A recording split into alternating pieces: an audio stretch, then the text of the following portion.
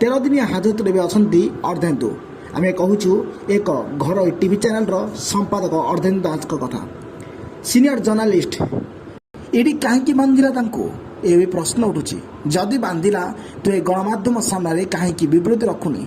सत कहवा को क्या डरबी, सत कही पछे मल पारिबी। देखुना यही पर आम अर्धेन्दु दास बड़ खबर मुख्य संपादक पुरी श्रीमंदिर पर सुरक्षा पाई जो केस लड़ी 1 लाख टंका सुप्रीमकोर्ट जुर्माना पकाइले तथापि से भांगी पड़ नथिले। निजर चैनल करी सरकार विभिन्न समय